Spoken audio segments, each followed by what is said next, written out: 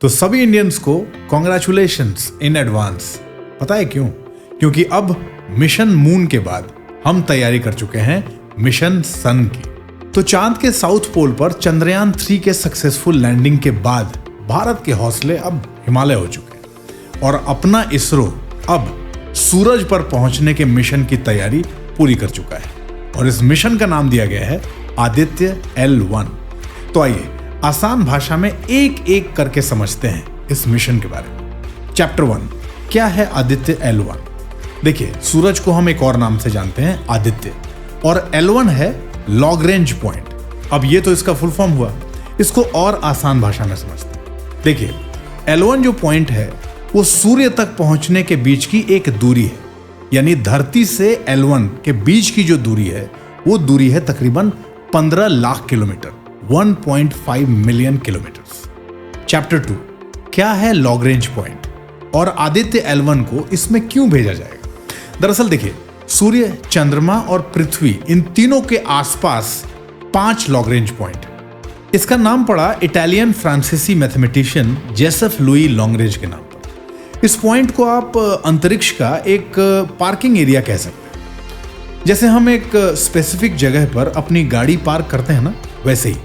चलिए इसको अब और आसान भाषा में समझते हैं। ऐसा है कि लॉन्गरेंज पॉइंट L1 पर सूर्य और पृथ्वी के बीच का गुरुत्वाकर्षण यानी कि ग्रेविटेशनल फोर्स कुछ इस तरह बैलेंस होता है कि वहां कोई चीज लंबे समय तक ठहर सकती है। तो इसीलिए सूर्य और पृथ्वी के बीच के इस स्पेस को हम पार्किंग स्पेस भी कह सकते हैं।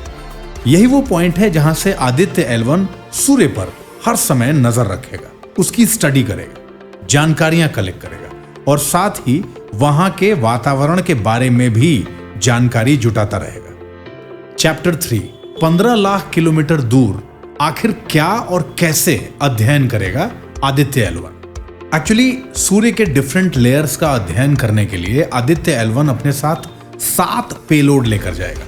अंतरिक्ष यान यानी कि स्पेसक्राफ्ट में लगे ये पेलोड इलेक्ट्रोमैग्नेटिक, पार्टिकल और मैग्नेटिक फील्ड डिटेक्टर्स की मदद से फोटोस्फीयर, क्रोमोस्फीयर और सूर्य की सबसे बाहरी परत कोरोना का अध्ययन करेंगे।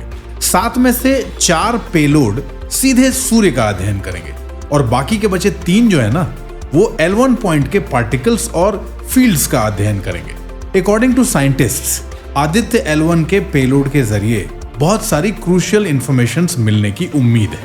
चैप्टर 4, लॉन्चिंग के कितने दिन बाद सूर्य को नमस्कार करेगा आदित्य L1? इसरो 2 सितंबर को सुबह 11:50 पर श्रीहरिकोटा अंतरिक्ष केंद्र से अपना ये पहला space based solar mission Aditya L1 launch करने की तैयारी पूरी कर चुका है।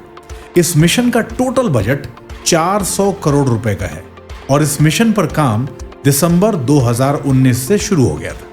पृथ्वी से सूर्य के बीच की दूरी करीब 15 करोड़ किलोमीटर है और इसी के बीच में पड़ता है लॉन्गरेंज पॉइंट 1। पृथ्वी से इस L1 पॉइंट की कुल दूरी है करीब 15 लाख किलोमीटर और इसी L1 पॉइंट तक पहुंचने में आदित्य L1 को लगभग 100 से 120 दिन तक का समय लग सकता है। पता है ना हम कौन से देश के रहने वाले हैं? जी, भारत।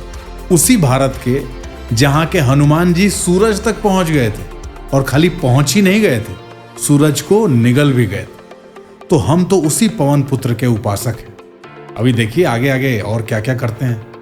आज के नीति पथ के एपिसोड में बस इतना ही। ये पूरा एपिसोड देख के कमेंट बॉक्स में अपनी राय जरूर दीजिएगा। जय हिंद।